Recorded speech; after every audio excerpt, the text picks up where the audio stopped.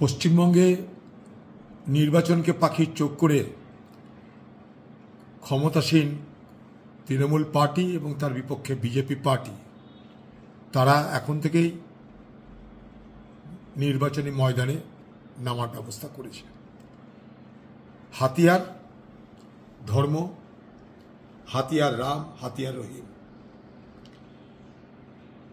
পবিত্র উৎসব ঈদ উল ফিতরের জামায়াতে একটা মহিলা হয়ে ধর্মীয় নিয়ম কানুন রীতিনীতি সবকিছুকে অবজ্ঞা করে উপেক্ষা করে একটা মুখ্যমন্ত্রী সে বক্তৃতা দিচ্ছে যার নাম নির্বাচনী বক্তৃতা, যার নাম বিভাজনের রাজনীতি। সারা বাংলার মুসলমান সমাজ আমি মনে করি না একটা মহিলার নামাজের জামাতে উপস্থিত হয়ে বিশেষ করে ঈদের মতন পবিত্র দিনে হঠাৎ করে রাজনৈতিক বক্তব্য দেওয়াকে সমর্থন করেছে আমি বিশ্বাস করি না। এ বাংলায় কলকাতার বুকে যারা থাকে তারা উর্দুভাষী মুসলমান,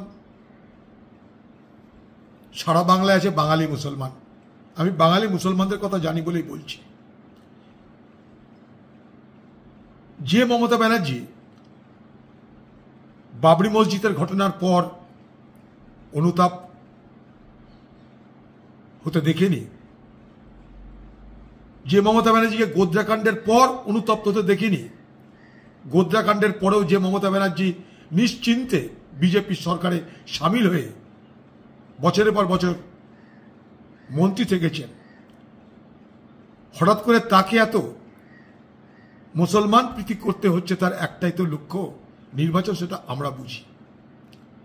কিন্তু মমতা ব্যানার্জি সেখানেও ক্ষান্ত থাকছেন না, তিনি ভয় পাচ্ছেন হিন্দুরা আবার একজোট হয়ে যায়।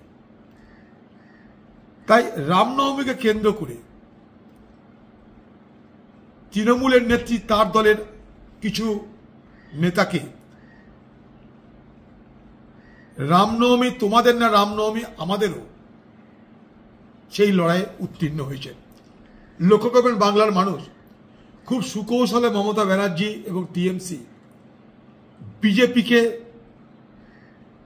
অত্যাধিক বেশি করে প্রাসঙ্গিক করে দিচ্ছে বাংলার রাজনীতিতে, যাতে ধর্মনিরপেক্ষ দল হিসাবে কংগ্রেস বা বামেদের সংকট বাড়ে। এমন কিছু করার কোনো প্রয়োজন ছিল না। কে রামনবমীর মিছিল করলে করতেই পারে, প্রশাসনকে দায়িত্ব দেওয়া হোক যাতে কোনো গন্ডগোল না হয়।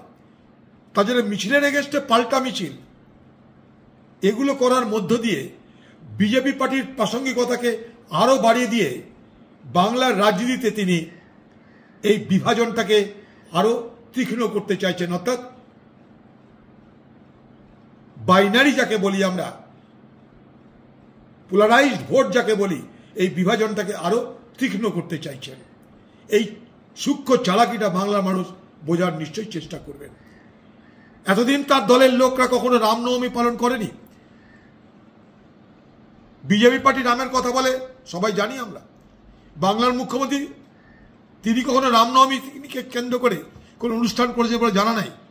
কিন্তু আজ হঠাৎ বিজেপিকে আরো জায়গা করে দিতে, রাম তোমারও নয় রাম আমার, এই প্রতিযোগিতায় নেমেছেন। কারণ উনি জানেন যে ঈদের জামাতে যা ভাষণ দিয়েছি মুসলমানদের ভোট নিয়ে দুশ্চিন্তা নাই, আমার সঙ্গে তো থাকবেই। হিন্দু ভোট যাতে বিজেপি ভাগ না বসাতে পারে তার জন্য এবার ওদের রাম তো আমারও রাম আছে বলে নেমে পড়ছে। আমরা চাই এ বাংলার মানুষ আপনার ধর্মনিরপেক্ষ রাজনৈতিক দল হিসাবে কংগ্রেস বামেদের কথা অবশ্যই ভাববেন। রাম রহিমের বিভাজন করে দেশ বড় হতে পারে না। এ দেশ রাম রহিমের মিলনেই বড় হতে পারে। আমাদের সকলের নিরাপত্তা রাম রহিমের মিলনে। এই রাজনীতি, এই বিষাক্ত রাজনীতি থেকে বাংলার মানুষ মুক্ত হন। এই বাংলার মুখ্যমন্ত্রী মমতা ব্যানার্জির এই চালাকিতে বাংলার মানুষ পা দেবেন না। মমতা ব্যানার্জি চাইছে বিজেপি বাংলায় আরো প্রাসঙ্গিক হোক, ভোটটা টিএমসি আর বিজেপির মধ্যে হোক, এইটা লক্ষ্য নিয়ে তিনি এই পদক্ষেপ গ্রহণ করেছেন।